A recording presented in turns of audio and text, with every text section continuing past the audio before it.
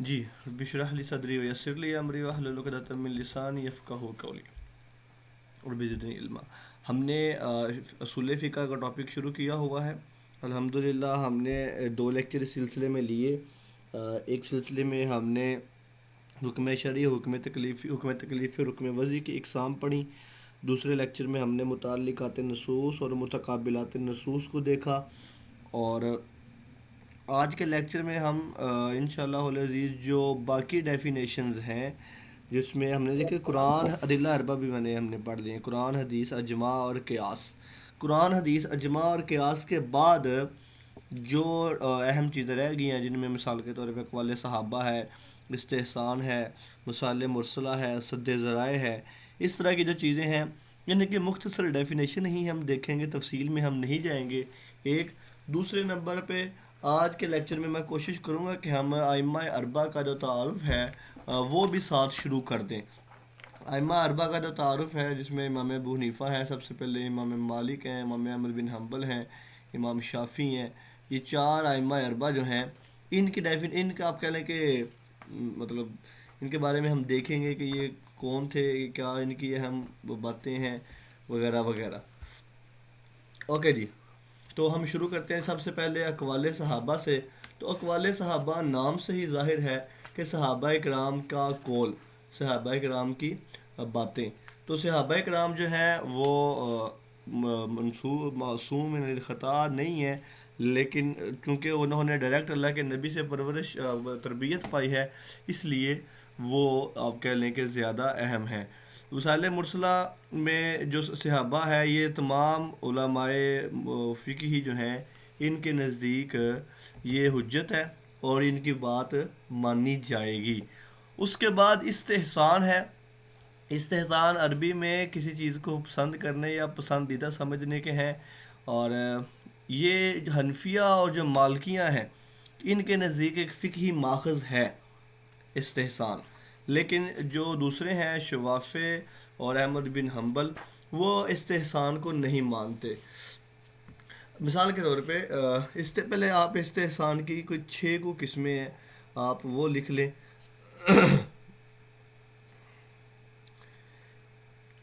استحسان یہ ہے کہ آپ کسی چیز کو پسند کرتے ہیں، یعنی کہ آپ کو کوئی چیز اچھی لگتی ہے اور اس میں ظاہری علت سے مخفی علت کی طرف عدول کرنا بھی استحسان کہلاتا ہے۔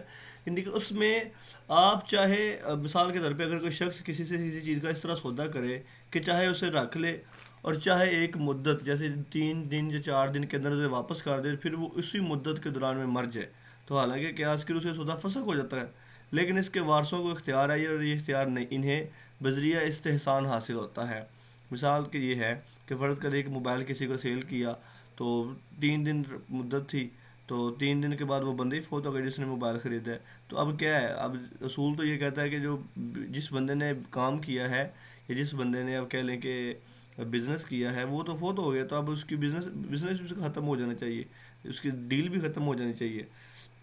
لیکن استحسان کہتا ہے کہ نہیں، اس کے وارث جو ہیں وہ اس کے حقدار ہیں، وہ چاہے اس کو رکھیں، وہ چاہے اس کو چھوڑ دیں۔ تو استحسان ایک جملہ آتا ہے، وہ آپ لکھ لیں، من استحسن فقد شارع۔ یہ جملہ کس کا ہے؟ تو یہ جو جملہ ہے یہ امام شافعی رحمہ اللہ کا ہے، من استحسن فقد شارع، یہ امام شافعی کا جملہ ہے۔ اوکے جی، اس کے بعد مسائل مرسلہ ہے استحسان کے بعد۔ یہ بس چھوٹی چھوٹی ڈیفینیشنز ہیں اور اس میں تفصیل نہیں آتی ہے، اور میں چونکہ تفصیل میں صرف ایک دفعہ چاہتا تھا کہ ایک دفعہ ہم گو تھرو ہو جائیں، چاہے ایک ایک دو لفظ ہی ہم کیوں نہ پڑھیں۔ اس کے بعد مسائل مرسلہ ہے، میم صاد الف سا لام ہے مصالح، اور مرسلہ میم رے سین لام ہے لا مرسلہ، یعنی کہ لفظی معنی فائدہ اور منفعت کے ہیں، اور فقہا کی اصطلاح میں اس سے مراد یہ ہے کہ لوگوں کو فائدہ پہنچا کر ان سے تکلیف کو، پریشانی کو دور کرنا اور ان کے دین، جان، مال اور عزت کی حفاظت کرنا، اس کو آپ کہہ لیں کہ مسائل مرسلہ کہا جاتا ہے۔ مثال کے طور پہ اللہ تعالیٰ فرماتے ہیں وَمَا أَرْسَلْنَاكَ إِلَّا رَحْمَةً لِّلْعَالَمِينَ يَا أَيُّهَا النَّاسُ قَدْ جَاءَكُم مَّوْعِظَةٌ مِّن رَّبِّكُمْ وَشِفَاءٌ لِّمَا فِي الصُّدُورِ وَهُدًى وَرَحْمَةٌ لِّلْعَالَمِينَ۔ یا یہ کیا ہے کہ اللہ تعالیٰ نے لوگوں کی آسانی دیکھی ہے، مسائل مرسلہ یعنی کہ ان کو لیے آپ کہہ لیں کہ اسلام نے آسانی پیدا کی ہے کہ ان کو کچھ سہولت دے دیں، وہ چاہے دنیا کے کسی بھی معاملے میں ہوتی ہے۔ مسائل مرسلہ کی پہلے 3 قسمیں ہیں، بس ڈیٹس اٹ، 3 ہی قسمیں، بس آپ نے یہ ذہن میں رکھنا ہے۔ آگے آگے تفصیل آتی ہے، ہم اس پہ نہیں جاتے ہیں۔ اوکے جی، مسائل مرسلہ کے بعد ہے جی، اللہ آپ کا بھلا کرے، سد ذرائع۔ سد ذرائع کا مطلب ہوتا ہے روک دینا، یعنی کہ آپ اس کو کہہ لیں کہ سد ذرائع کا مطلب ہے کہ کسی چیز سے منع کرنا۔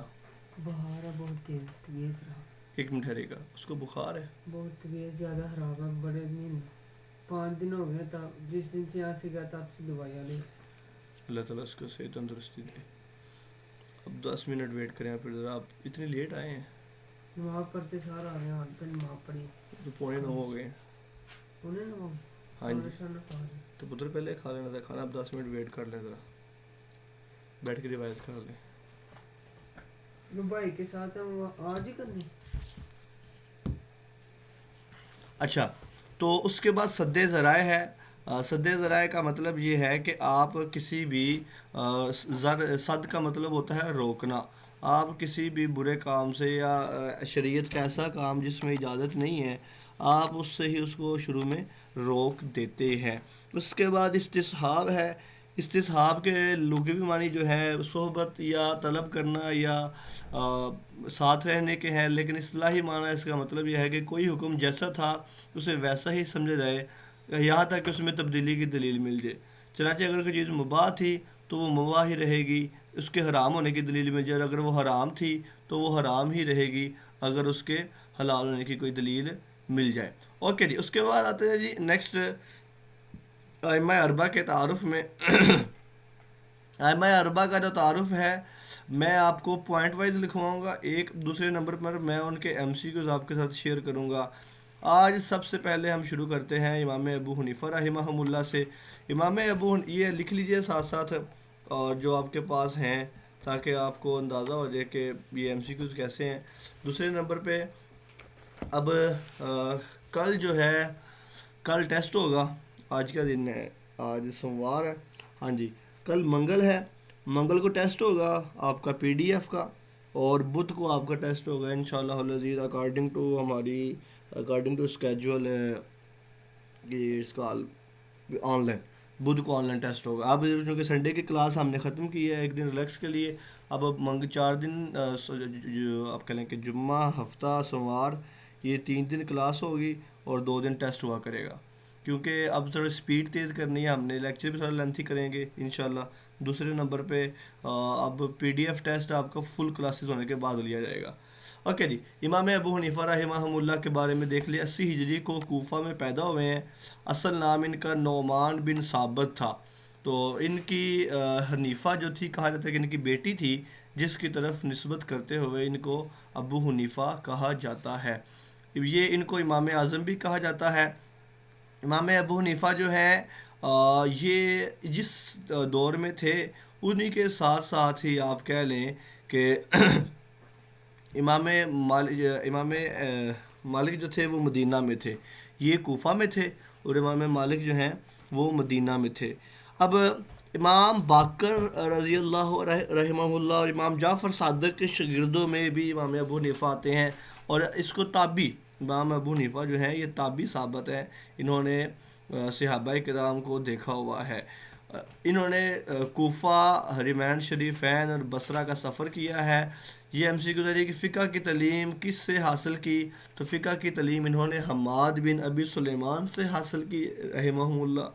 اور دوسرا ایم سی کیو یہ بھی آتا ہے کہ کس کے کہنے پر انہوں نے علم فقہ کی طرف دھیان دیا، تو روایت آتی ہے کہ امام شافعی کے کہنے پر علم فقہ کی طرف دھیان دیا۔ یہ بھی امام ابو حنیفہ کی اجتہادی کمیٹی کے ممبران کتنے تھے، تو امام ابو حنیفہ کی اجتہادی کمیٹی کے ممبران کی تعداد 40 تھی۔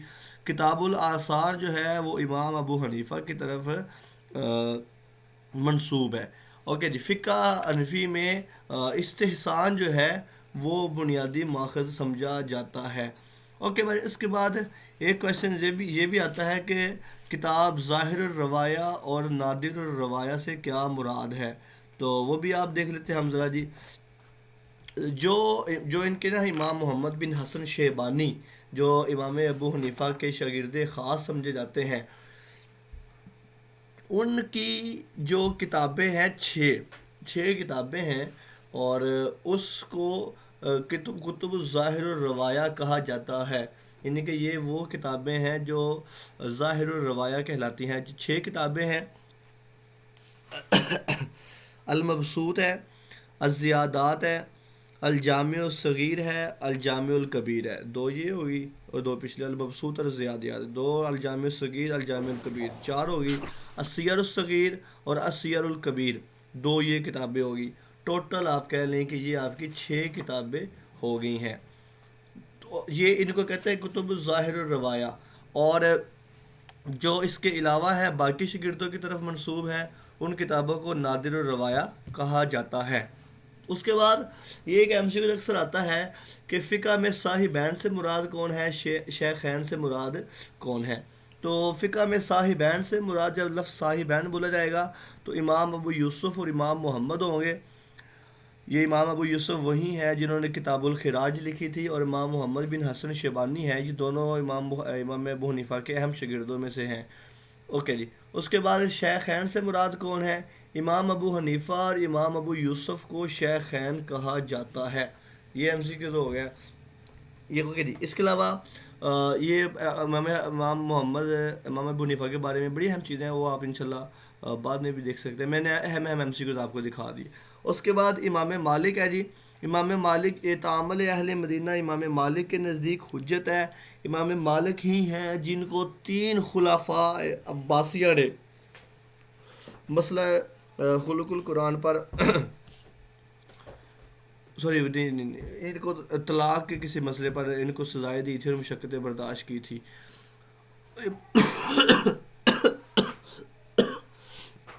امام مالک کو امام دار الہجرت بھی کہا جاتا ہے.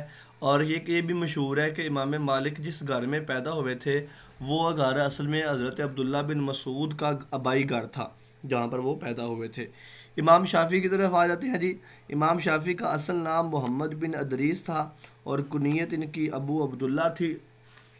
یہ فلسطین کے شہر میں پیدا ہوئے تھے، لیکن بعد ازاں ان کی والدہ چونکہ جو قریشی تھی، ہاشمی، اور بعد میں پھر یہ ان کو آپ کہہ لیں کہ مکہ مدینہ لے آئیں، یہاں پر تعلیم حاصل کی، اور بعد میں یہ مصر چلے گئے اور مصر میں ہی فوت ہوئے.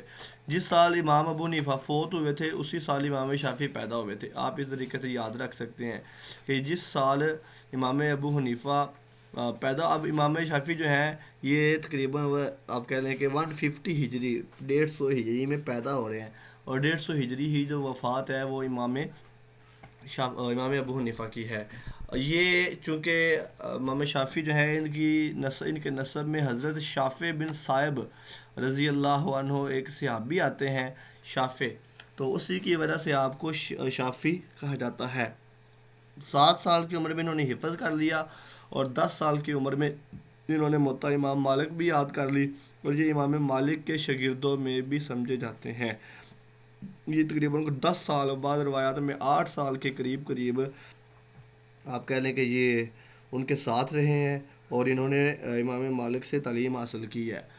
یہ 15 سال کی عمر میں فتویٰ دینے کی ان کو اجازت مل گئی تھی. یہ ایم سی کیوز بھی آیا ہوا ہے ایک دفعہ کہ امام شافعی کو کتنے عمر میں آپ کہہ لیں کہ فتویٰ دینے کی اجازت مل گئی تھی. اچھا، امام شافعی جہاں پر امام احمد بن حنبل کے شاگرد ہیں، وہیں پر اس کے ساتھ ساتھ یہ محمد بن حسن شیبانی کے بھی شاگردوں میں سمجھے جاتے ہیں. آپ اس کو کہہ لیں شاگرد تو ہم نہیں کہہ سکتے خیر، لیکن ہم یہ کہہ سکتے ہیں کہ یہ چونکہ ایک ہی زمانے کے تھے، اور جب یہ کوفہ گئے ہیں تو پھر وہاں پر انہوں نے امام محمد بن حسن شیبانی سے بھی تعلیم حاصل کی ہے. ان کی کتاب الرسالہ ہے جو اصول فقہ پر سب سے پہلے لکھی گئی ہے. یہ ایم سی کیوز ہے. اور الرسالہ کس کی فرمائش پر لکھی گئی ہے؟ الرسالہ عبد الرحمن مہدی جو کہ حکمران تھا مہدی عباسیہ کا، اس کی فرمائش پر لکھی گئی ہے. اس کے بعد امام شافعی کو ناصر الحدیث بھی کہا جاتا ہے. جی نیکسٹ چلتے ہیں جی. امام شافعی نے کس چیز کی تردید کی ہے؟ تو امام شافعی نے استحسان کی تردید کی ہے. تو احناف جو ہیں استحسان کو حجت مانتے ہیں اور شوافع جو ہیں وہ استحسان کو حجت نہیں مانتے ہیں. امام شافعی کو اصول فقہ کا بانی کہا جاتا ہے. 6 عباسی خلفاء کا دور دیکھا ہے جن میں ابو جعفر منصور ہے، مہدی ہے، ہادی ہے، ہارون الرشید ہے، امین الرشید ہے اور مامون الرشید ہے. ان تینوں کا زمانہ مامون الرشید کے آغاز میں امام شافعی نے وفات پائی. اوکے جی. تو یہ ہم یہاں پر الفقہاء کلہم عیال ابی حنیفہ کہ تمام فقہا جو ہیں وہ امام ابو حنیفہ کے محتاج ہیں فقہ کے سلسلے میں. یہ امام شافعی کا قول ہے. اوکے جی.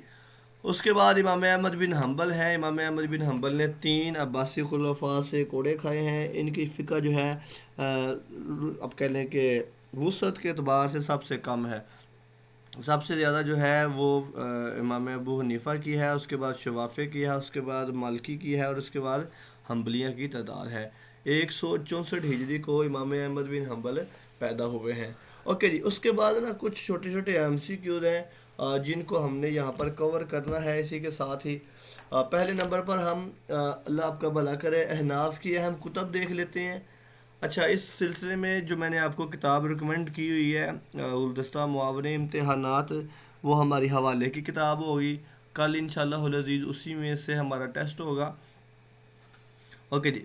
قبل اس سے کہ میں آگے کوشچن شروع کروں آپ نے جسٹ 2 منٹ تک بلکہ 5 منٹ شاید آپ کو ویٹ کرنا پڑے، نہیں 5 منٹ نہیں صرف 3 منٹ تک میں آپ کے سے دوبارہ کانٹیکٹ میں آتا ہوں. لائن پہ رہیے گا جسٹ 2 سے 3 منٹ.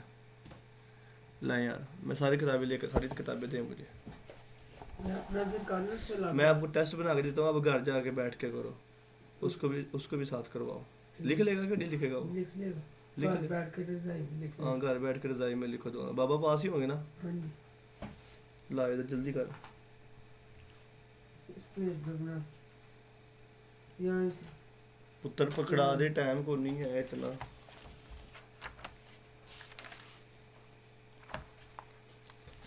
کتابیں رکھ ساری ادھر 1 بائی 1 کر کے.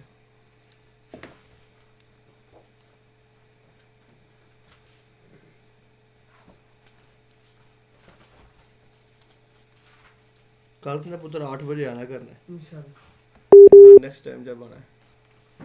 بدھ کو آنا ہے آج پرسوں کہاں سے شروع ہوتا ہے؟ کون سے ماڈل پیپر ہے؟ یہ 6 ہے اسلامیات لازمی کہ ترجمہ القرآن ہے؟ 6 سے 10 ترجمہ القرآن ہے. ہاں جی 6 سے 10 چیپٹر. پاپا کو بولنا سر نے اس لیے بھیجا کہ دونوں بھائی بیٹھ کے گھر میں کر لیں گے تو چیک ٹیسٹ. نا چیک کرنے کے بعد نا تم نے رجسٹر مجھے پکڑا جانے ہیں جتنے بجے بھی فارغ ہوئے. مجھے ایک دفعہ فون کر لینا، میں جاگتے ہیں رات 12 بجے تک.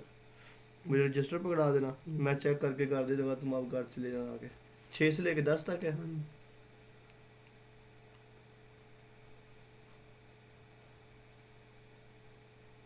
آگے پھر کام نہیں دی.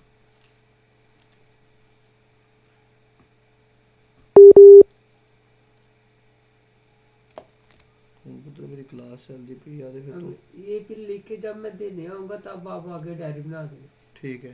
پھر بابا تم ہمیں رجسٹر ادھر ہی رہنے دو نا. بابا ہمیں پڑھا دیتے ہیں. انہوں نے 2-3 دن پڑھا دیا تھا. تم جو رجسٹر ہے نا ایک اپنی کتابیں ادھر ہی رہنے دینا میرے پاس. کتابیں آئے رکھ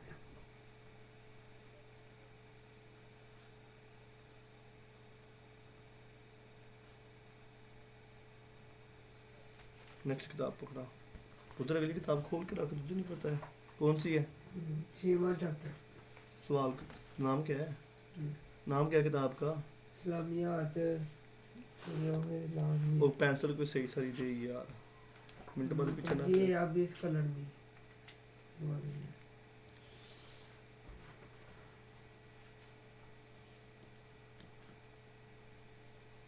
اس کا کون سا چیپٹر ہے؟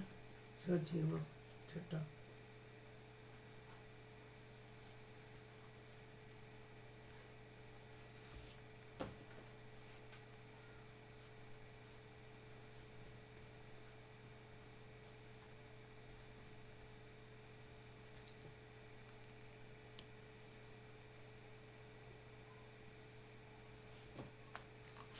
کر لیا نا تیار؟ ہاں جی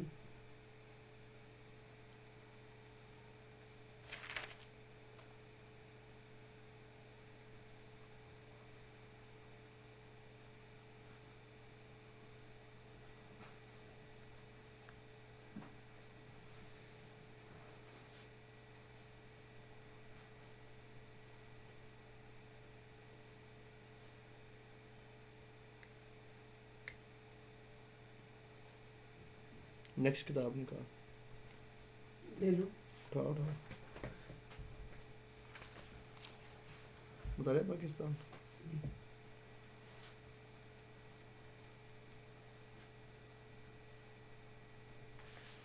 چوتھا کہ پانچواں؟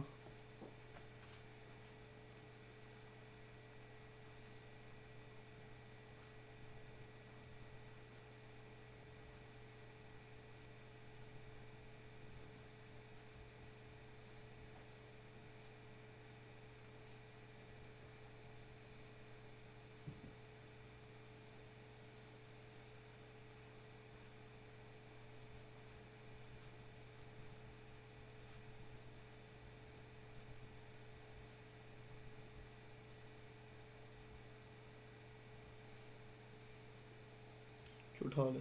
نیکسٹ. اردو کا یہ آپ نے دیا تھا کتاب سے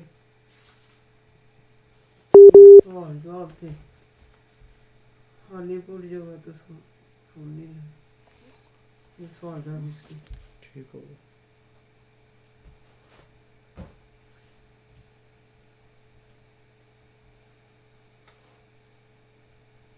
اگلا چیپٹر نکال. چلو.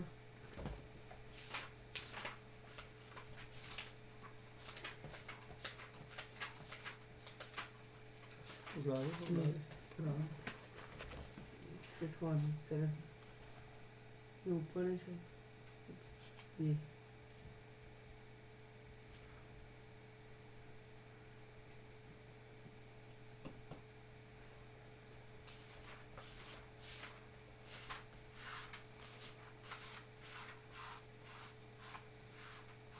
چل نیکسٹ اٹھا. اس کا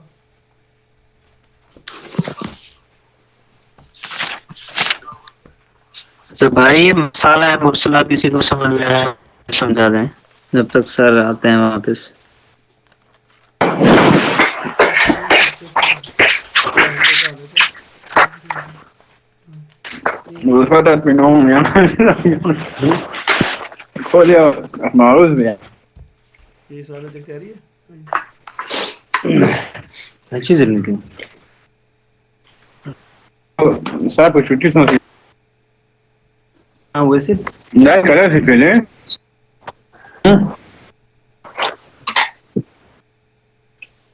كل ساعة بس 5 minutes وقت بزبده ده هذا يسمع شيء اگلا پیج. اصول نزل بنادي رسالة تنوزي قال عندي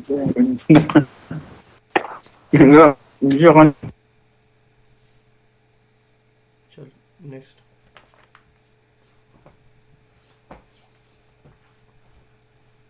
نیکسٹ ایجوکیشن ہے.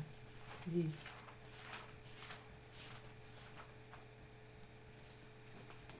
کون سا چیپٹر ہے یہ وہ پہلا؟ ہاں جی کہاں سے شروع ہوتا؟ ادھر سے.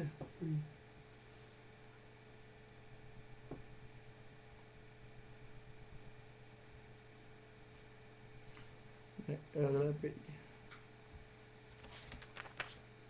یہاں کہاں تک ہے؟ یہاں تک یہاں ادھر تک. ہاں ادھر یہ نہیں ساتھ ہے. یہ تو لانگ ہے. اچھا.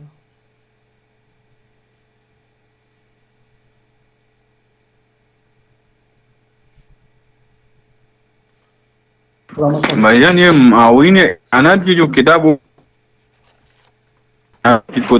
کتاب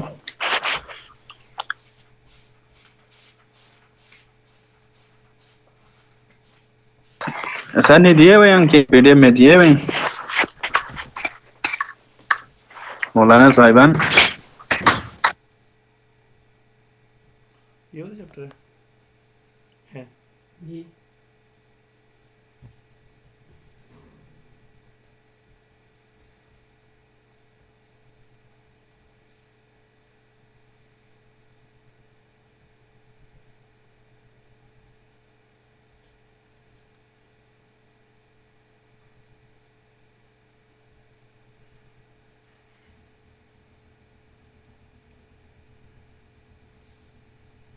چلو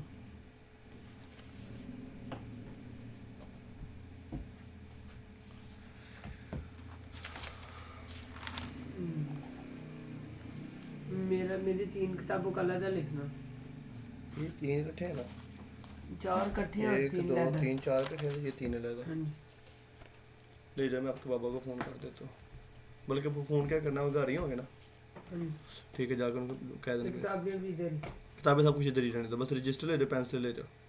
السلام علیکم جی, سوری فار آرڈر کرنا. ویٹ, یہ لے لے, یہ اپنا ڈھکن لے لیں. اوکے جی, اب آتے ہیں جی. ہم پڑھ رہے تھے فقہ حنفی, 4 فقہا کے بارے میں پڑھا ہم نے. اب اس کے بعد ان کی احناف کی, شوافے کی, حنبلیہ کی اور مالکیہ کی اہم کتب کا تعارف دیکھ لیتے ہیں.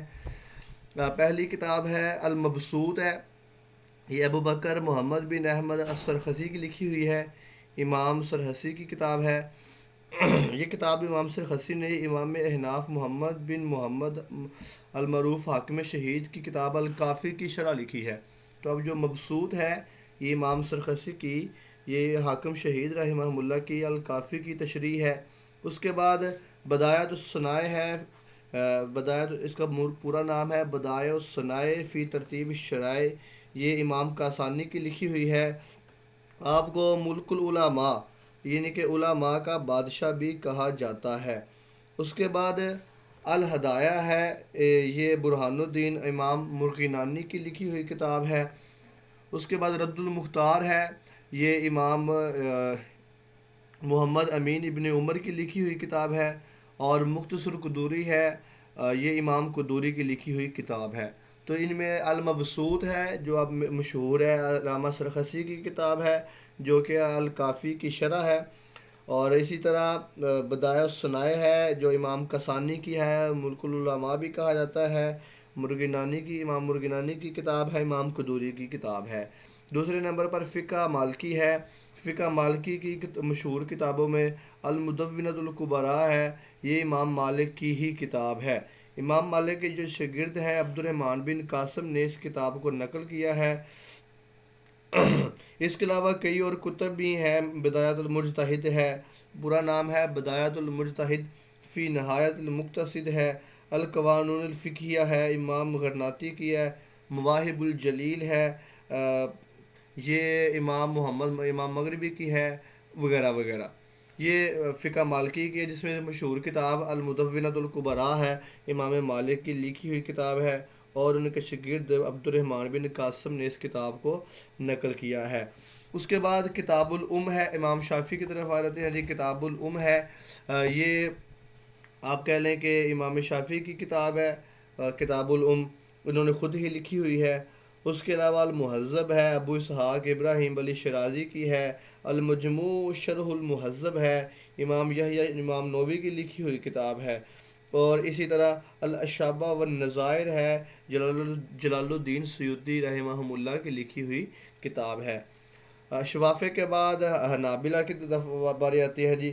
الحنابلہ میں المغنی ہے, امام ابن قدامہ مقدسی کی لکھی ہوئی کتاب ہے.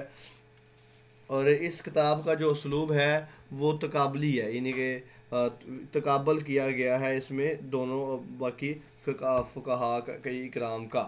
اوکے جی, تو یہ کچھ آپ کہہ لیں کہ کتابیں تھیں فقہی کتب جو ہیں, اور جس میں یہ احناف, شوافے, مالکی اور حنابلہ کی میں نے آپ کو علیحدہ علیحدہ بتائی ہیں. اوکے جی, اس کے بعد آ جاتے ہیں جی کچھ سوالات کی طرف جو ہمارے آپ کہہ لیں کہ فقہی سوال ہیں. ان میں سے سب سے پہلے نمبر پر آپ کہہ لیں کہ آپ کا بلا کریں مشہور نکاح, ممنوع نکاح کتنے ہیں. یہ MCQs آتے ہیں اور کچھ کو معلوم ہوتا ہے, لیکن میں 1 بائی 1 جو 5-10 مشہور ہمارے سوالات ہیں میں آپ کو وہ بتا دیتا ہوں. باقی چونکہ فقہ کا ٹاپک ایسا ٹاپک ہے کہ اس کو کور کرنا 4-5 دن میں پورا پاسبل نہیں ہوتا. دوسرے نمبر پر اس میں فقہی مباحث اور اقوال علیحدہ علیحدہ وہ بھی نہیں یاد کیے جا سکتے, اور پیپر میں بھی بہت کم آتے ہیں. تو چونکہ میں نے کوشش کی ہے کہ آپ کو وہ چیزیں آپ کے ساتھ شیئر کروں جو ہمارے اکارڈنگ ٹو پیپر ہیں. تو ان میں سے ایک ہے نکاح, کتنے نکاح ممنوع ہیں. تو 4 نکاح جو ہیں ممنوع ہیں. نکاح شغار ہے, شغار شین غین کے ساتھ.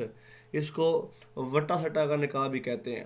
وٹے سٹے کا نکاح جو ہے وہ یہ ہے کہ مرد جو ہے ایک جو باپ ہے وہ اپنی بیٹی کا نکاح کسی کے بیٹے کے ساتھ اس شرط پر کرے کہ تم اپنے جو ہے بیٹے کا نکاح میری بیٹی کے ساتھ کرو گے اور اس میں حق مہر یہی ہوگا.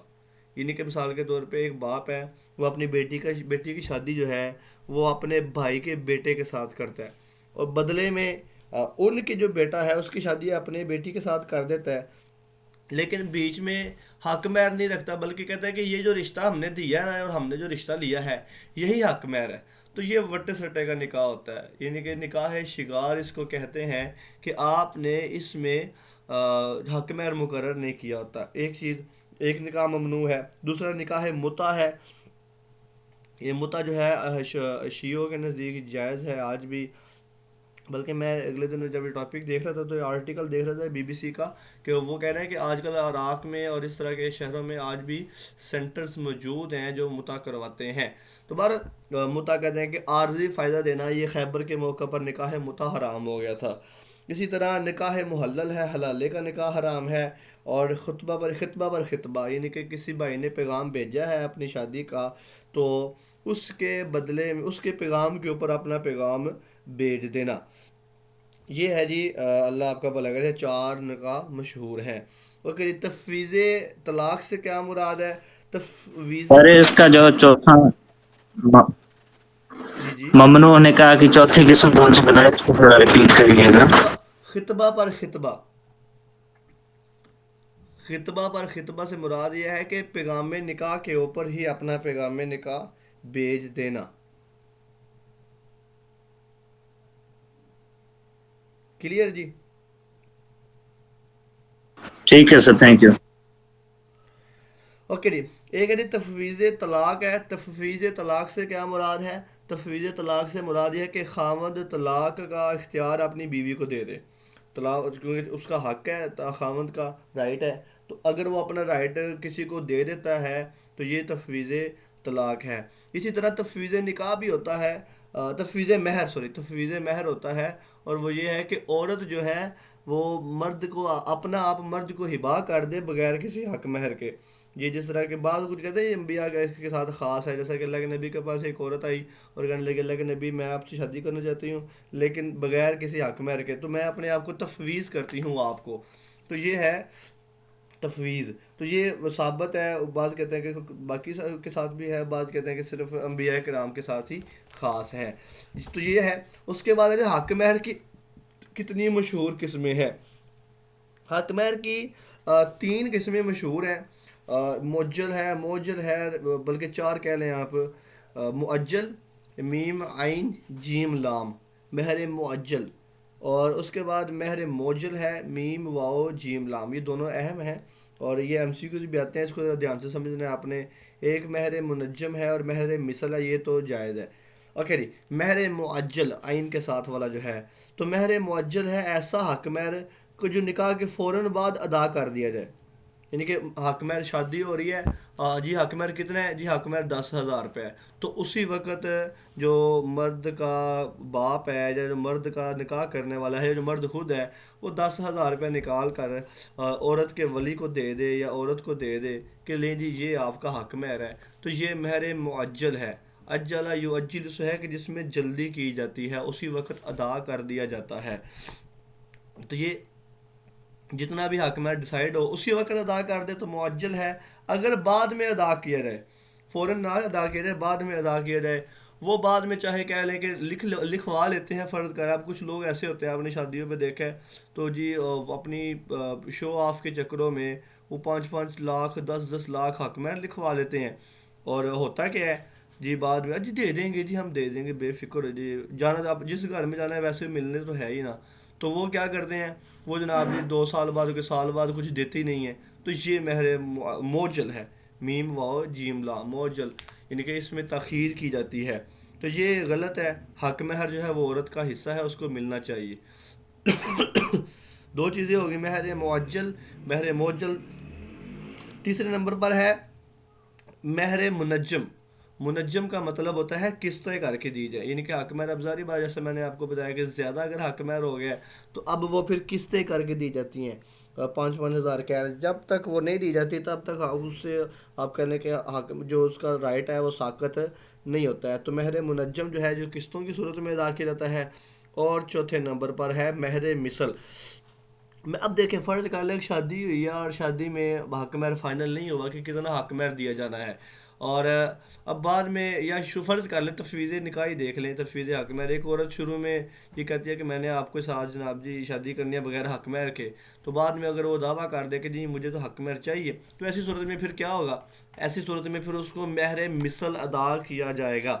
مہر مثل سے مراد ہے کہ عورت کی طرف سے دیکھا جائے گا کہ عورت کے خاندان میں عورتوں کو کتنا حق مہر ملتا ہے، یہ چیزوں کا دھیان رکھا جائے گا۔ یعنی کہ اب لڑکی ہے فرض کر لیں تو اب مرد کے خاندان کا اعتبار نہیں کیا جائے گا، عورت کے خاندان کی عورتوں کا اعتبار کیا جائے گا، یعنی کہ دیکھا جائے گا کہ عورت کی ماں کو، نانی کو، دادی کو، خالہ، پھوپھی یا اس کی کزنیں جو ہیں اس کو کتنا کتنا حق مہر ملا ہوا ہے۔ تو یہ ہے مہر مثل۔ اس میں اب مثال کے طور پہ ٹرینڈنگ جو چل رہا ہے ہمارے ہاں یا آپ اپنے علاقوں میں دیکھیں تو شادی بیاہ کے موقع کے اوپر موسٹلی 5,000، 10,000، حد 15,000 چلتا ہے، یا کچھ خاندانوں میں روایت ہوتی ہے گولڈ کا سیٹ، یعنی کہ شادی ہوتی ہے تو اس کو گولڈ کا سیٹ دے دیا جاتا ہے یا رنگ پہنا دی جاتی ہے، یہی حق مہر ہے آپ کا۔ تو ایسی صورت میں جو بھی ٹرینڈنگ ہے اس کے خاندان کا اس کو دیا جاتا ہے۔ تو یہ ایم سی کو جس کا اس طرح آتا ہے کہ مہر مثل کس کے اعتبار سے دیا جائے گا؟ مرد کے خاندان کے اعتبار سے، عورت کے خاندان کے اعتبار سے، زمانے کے اعتبار سے، روایت کے اعتبار سے۔ تو مہر مثل جو ہے یہ اللہ آپ کا بھلا کرے عورت کے خاندان کی طرف سے اس کا اعتبار کیا جائے گا اور اسی کے اعتبار سے یہ جو ہے مہر مثل دیا جاتا ہے۔ اوکے جی، یہ والا سوال ہو گیا۔ متعلقات نصوص بھی ہم نے پڑھ لیے، متقابلات النصوص بھی ہم نے پڑھ لیے۔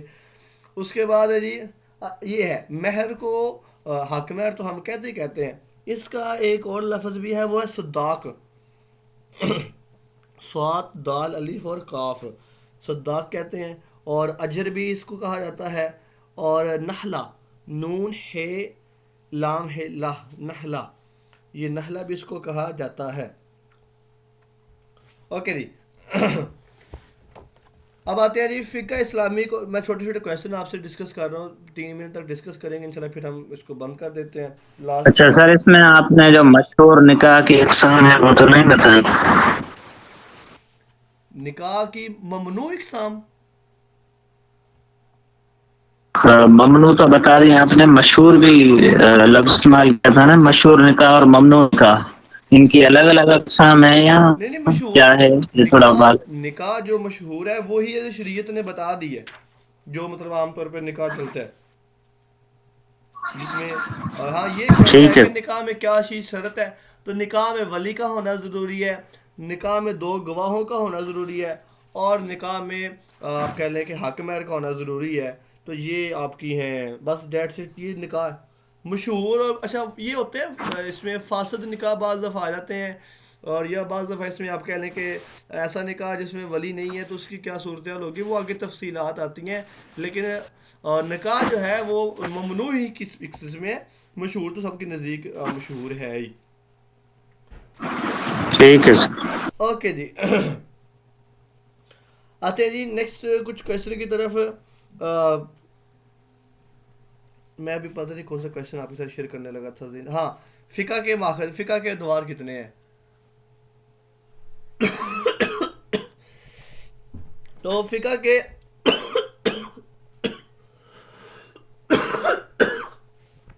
سوری